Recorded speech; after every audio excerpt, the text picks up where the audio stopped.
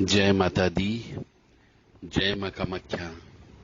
देव Radha trust Satyavani channel से आप देव Radha trust की गतिविधि के बारे में सुन रहे हैं। देव राधा ट्रस्ट के द्वारा समय समय पर हिंदू सनातन धर्म की जो प्राचीन विद्या है, उस विद्या को बढ़ाने के लिए प्रयास किए जाते रहे हैं। इसी तारतम्य में अजमेर में महाकाली, दक्षिण काली, कंकाली काली, भद्रकाली, कुछ भी कह लीजिए, काली मां की प्राण प्रतिष्ठा कैसे करें, क्या विधान होता है, कौन से मंत्रों का प्रयोग होता है, कौन कौन सी मेथडोलॉजी पद्धति का प्रयोग होता है, यह इस विषय पर प्रैक्टिकल अपनी आंखों से प्राण प्रतिष्ठा होते हुए आप देख सकते हैं। और प्राण प्रतिष्ठा किस प्रकार से होती है, कौन कौन से मंत्रों का प्रयोग होने के साथ साथ हवन भी कौन से मंत्रों का प्रयोग किया जाता है, प्राण कैसे डाले जाते हैं, कौन सी स्तुति का पाठ करना चाहिए प्राण डालने के लिए, ये सब आप देव राधा ट्रस्ट के द्वारा जो 19 जून से काली मां की प्राण प्रतिष्ठा और भैरव जी की प्राण प्रतिष्ठा का कार्यक्रम रखा गया है। जो भी व्यक्ति प्रैक्टिकल रूप में ये सीखना चाहता हो कि प्राण प्रतिष्ठा कैसे होती है और क्या विधान होना चाहिए, कहां कहां पर नींबू काटना चाहिए, कहां कहां पर लौंग की माला चढ़ाना चाहिए, बलि कब देना चाहिए, किसकी बलि देना चाहिए, बलि देते हैं या नहीं देते हैं, मुंह किस तरफ होना चाहिए, हवन किस तरफ करना चाहिए, हवन कैसा करना चाहिए, किन सामग्री से हवन करना चाहिए, ये सब अपनी आंखों से देखते हुए आप सीख सकते हो। क्योंकि प्रैक्टिकल चीज जो होती है यह हमेशा हमेशा के लिए मन मस्तिष्क पर चिपक जाती है, और यदि आप किताब से पढ़ते हैं तो भूल जाते हैं, और जब प्रैक्टिकल करते रहते हैं तो याद भी रहती है। तो जो भी धर्म प्रेमी बंधु किसी भी समाज का हो, जो सिर्फ काली मां में अपनी आस्था रखता हो, समर्पण भाव रखता हो, वह व्यक्ति इस प्रशिक्षण में शामिल हो सकते हैं।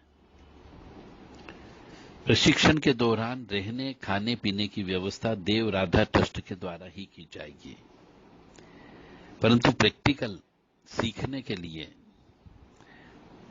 गुरु दीक्षा के रूप में आपको मंत्र भी दिया जाएगा, काली मां का और भैरव जी का मंत्र दिया जाएगा, और कुछ गुरु दक्षिणा भी आपसे ली जाएगी। गुरु दक्षिणा इसलिए ली जाती है कि आपके द्वारा जो भी ज्ञान प्राप्त किया जाता है, कोई भी ज्ञान, धार्मिक ज्ञान हो, पढ़ाई लिखाई का ज्ञान हो, उसके लिए पैसा खर्च करना पड़ता है। आप स्कूल जाते हैं तो वहां पर भी फीस जमा करते हैं, ट्यूशन फीस जमा करना होती है। कॉलेज में जाते तो वहां पर भी आपको प्रैक्टिकल फीस जमा करना पड़ती है, और बड़ी यूनिवर्सिटी में विदेश से पढ़ने जाते हैं तो लाखों रुपए खर्च करना पड़ते हैं।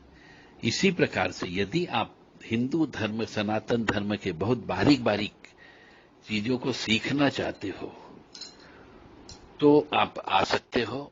आपकी जो भी जिज्ञासा है, काली मां से संबंधित, कंकाली काली से संबंधित, भद्रकाली से संबंधित, शमशान काली से संबंधित, काल भैरव, महाकाल भैरव, बटुक भैरव, स्वर्णाकर्षण भैरव,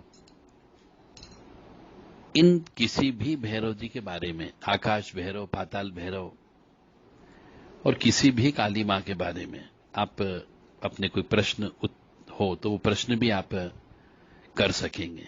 इसके लिए भी आपको समय दिया जाएगा। काली मां को प्रसन्न कैसे करें, भैरव जी को प्रसन्न कैसे करें, उनकी कृपा कैसे प्राप्त करें, कौन कौन से विधान का पालन करना पड़ता है, यह सब ज्ञान आपको वहां पर प्रैक्टिकल दिया जाएगा। तो जो भी धर्म प्रेमी बंधु इस प्रकार का ज्ञान लेना चाहता हो, काली मां से संबंधित संपूर्ण ज्ञान और भैरव जी से संबंधित संपूर्ण ज्ञान आपको प्रदान करने के लिए कुछ किताबें भी दी जाएगी। हवन पूजन कैसे करें, साधना कैसे करें, और काली रहस्य से संबंधित किताब भी आपको दी जाएगी जो निःशुल्क होगी।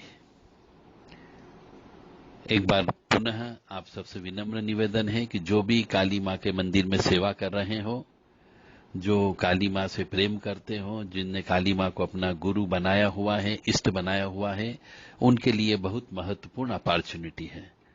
क्योंकि रोज रोज तो काली मां की प्राण प्रतिष्ठा नहीं होती है। साल में एक बार, कभी 5 साल में एक बार, कभी 4 साल में एक बार प्राण प्रतिष्ठा होती है। तो यह मौका बहुत दिनों के बाद प्राप्त हुआ है। 3 साल के बाद हमें फिर से मंदिर बनाने और काली मां और भैरव जी की प्राण प्रतिष्ठा करने का अवसर ईश्वर की कृपा से प्राप्त हुआ है। तो हम ये चाहते हैं कि हमारे साथ साथ हम तो करेंगे ही, यदि हम किसी और अन्य मनुष्य को यह ज्ञान प्रदान कर सके तो हमारा सौभाग्य होगा। क्योंकि गुरु से ही शिष्य के पास ये प्रक्रिया जाती है, विधान जाता है, ताकि जो सही तरीका है वास्तव में काली मां को बिठाने का, वो आप सीख सकेंगे। जय माता दी, जय मां कामाख्या। क्योंकि कई जगह देखा गया है कि काली मां की प्राण प्रतिष्ठा करने के बाद में घर के अंदर उठापटक चालू हो जाती है, घर में क्लेश अशांति चालू हो जाती है, एक्सीडेंट होना चालू हो जाते हैं, क्योंकि विधि विधान से वो काली मां को बिठा नहीं पाते हैं और बिठाने के बाद काली मां को भोजन नहीं दे पाते हैं। क्योंकि जैसे आपके शरीर के अंदर आत्मा है, प्राण है, प्रतिष्ठित है, इसी प्रकार मूर्ति में भी प्राण प्रतिष्ठा की जाती है विधि विधान से, मंत्रोच्चारण के माध्यम से।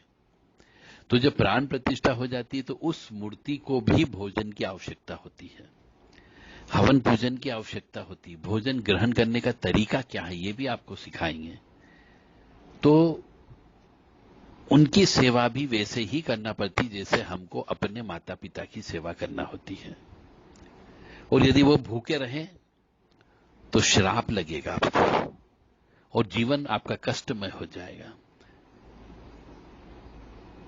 तो यह प्रैक्टिकल रूप में सीखने के लिए, क्योंकि बहुत से मनुष्य काली मां की जब सेवा करते हैं, ब्राह्मण लोग विशेष तौर से, तो उनके यहां भी अनर्थ होना चालू हो जाता है। क्योंकि उनको एक ज्ञान नहीं होता कि काली मां की सेवा या पूजन अर्चन कैसे करें। यह देवी दुर्गा मां जो सात्विक होती उससे कहीं भिन्न है।